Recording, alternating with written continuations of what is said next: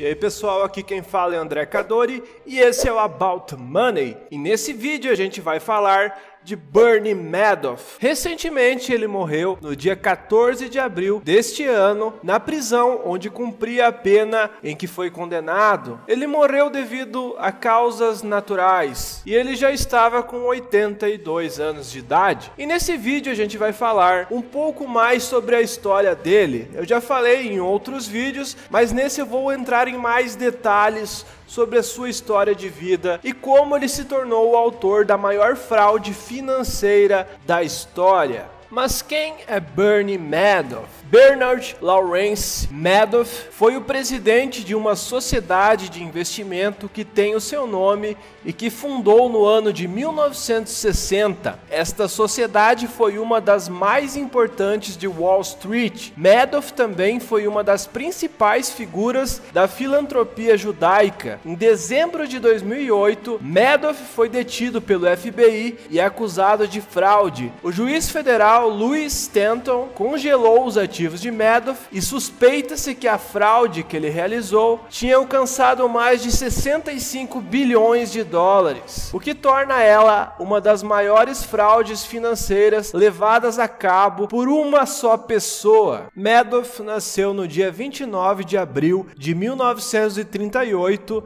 em Queens, Nova York, filho de Sylvia e Ralph Madoff, que era encanador e corretor da bolsa. Sua família era judia. Os avós de Madoff eram emigrantes da Polônia, Romênia e Áustria. Ele era o segundo de 3 filhos. Seus irmãos são Sondra Weiner e Peter Madoff. Madoff se formou na Far Rockaway High School no ano de 1956. Ele frequentou a Universidade do Alabama por um ano, então transferido e graduado pela Hofstra University em 1960 com um bacharelado em ciências políticas. Madoff estudou brevemente na Brooklyn Law School, mas saiu após seu primeiro ano para fundar a empresa de Wall Street, a empresa Bernie Madoff Investments, e continuar trabalhando para sua própria empresa.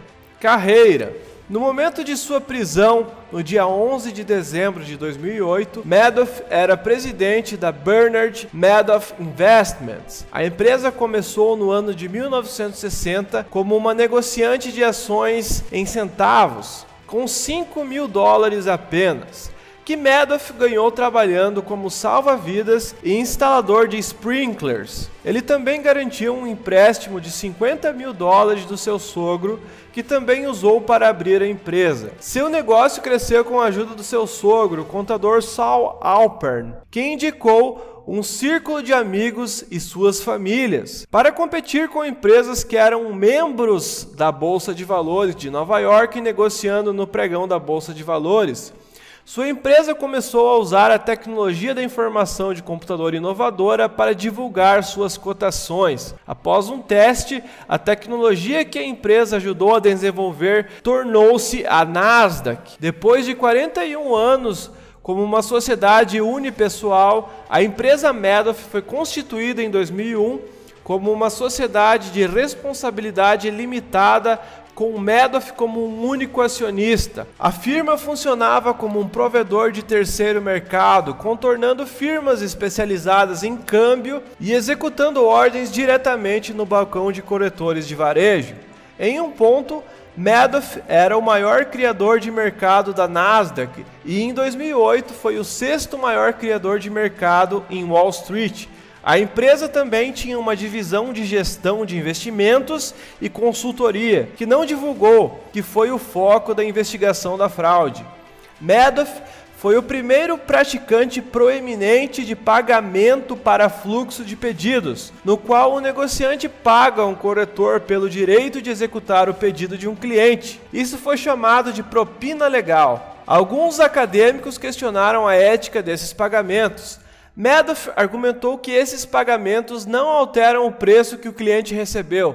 Ele via os pagamentos como uma prática comercial normal. Madoff era ativo na Associação Nacional de Negociantes de Valores Mobiliários, uma organização autorregulatória do setor de valores mobiliários. Ele serviu como presidente do Conselho de Administração e foi membro do Conselho de Governadores. Mas como todo esse escândalo de investimento foi descoberto? Bom, tudo começou no ano de 1999, onde o analista financeiro Harry Markopolos informou à SEC que acreditava ser legal e matematicamente impossível obter os ganhos que Madoff afirmava obter. De acordo com ele, levou 4 minutos para concluir que o número de Madoff não batia e o outro minuto para suspeitar que eram fraudulentos. Depois de 4 horas de tentativas fracassadas de reproduzir os números de Madoff, Markopolos acreditou ter provado matematicamente que Madoff era uma fraude. Ele foi ignorado pelo escritório da SEC em Boston em 2000 e 2001,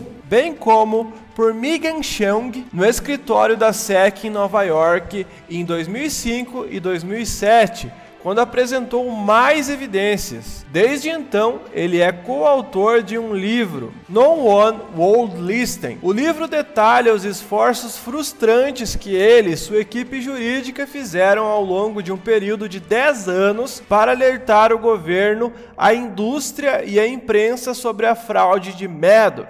Embora o negócio de gestão de fortunas de Madoff tenha crescido em uma operação multibilionária, nenhuma das principais firmas de derivativos negociou com ele porque não acreditavam que seus números fossem legítimos. Nenhuma das principais empresas de Wall Street investiu com ele, e vários executivos de alto escalão dessas empresas suspeitavam que suas operações e reivindicações não eram nem um pouco legítimas. Outros argumentaram que era inconcebível que o crescente volume de contas de Madoff pudesse ser competente e legitimamente atendido por sua empresa de contabilidade, uma empresa de 3 pessoas com apenas um contador ativo. O Banco Central da Irlanda não conseguiu detectar a fraude gigantesca de Madoff quando ele começou a usar fundos irlandeses e teve que fornecer grandes quantidades de informações, o que teria sido suficiente para permitir que os reguladores irlandeses descobrissem a fraude muito antes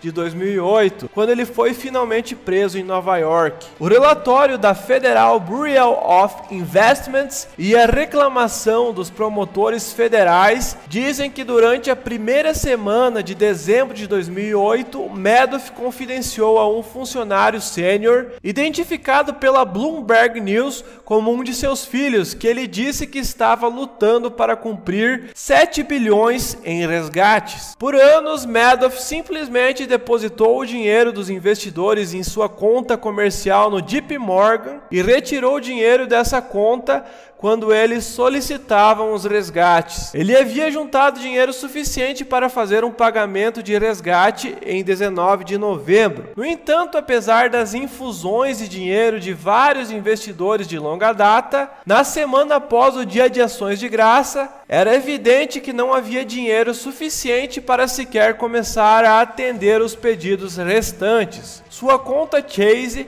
tinha mais de 5,5 bilhões em meados de 2008, mas no final de novembro havia caído para 234 milhões de dólares, uma fração dos resgates pendentes. Em 3 de dezembro, ele disse ao assistente de longa data Frank Di Pasquale que supervisionou o negócio fraudulento de consultoria que estava encerrado. Em 9 de dezembro, ele contou a seu irmão Peter sobre a fraude. De acordo com os filhos, Madoff disse a Mark Madoff no dia seguinte, 9 de dezembro, que planejava pagar 173 milhões em bônus 2 meses antes. Madoff disse que ele recentemente obteve lucros por meio de operações de negócios e que agora era um bom momento para distribuí-los. Mark disse a Andrew Madoff e na manhã seguinte eles foram ao escritório de seu pai e perguntaram como ele poderia pagar bônus à sua equipe se ele estava tendo problemas para pagar os clientes. Eles então viajaram para o apartamento de Madoff, onde com Ruth Madoff por perto, Madoff disse que estava acabado, que não tinha absolutamente nada e que seu fundo de investimento era apenas uma grande mentira e basicamente um esquema Ponzi gigantesco. De acordo com seu advogado, os filhos de Madoff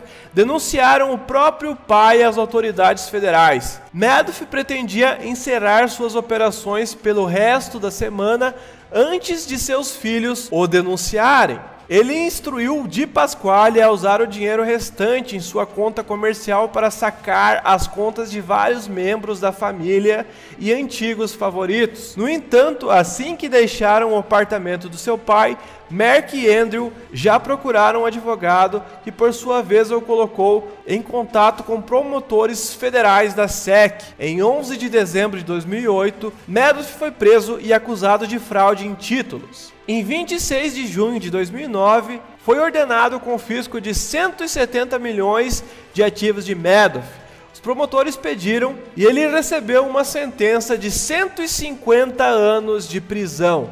Vítimas de Madoff. Madoff, com fama de filantropo, não só enganou entidades bancárias e grupos de investimento, como também fundações e organizações de caridade. De acordo com o The Wall Street Journal, os investidores com maiores perdas foram os seguintes: Fairfield Greenwich Advisors perdeu 7,5 bilhões. Tremont Capital Management perdeu 3,3 bilhões. O Banco Santander perdeu 2,87 bilhões. Bank Medici perdeu 2,1 bilhões.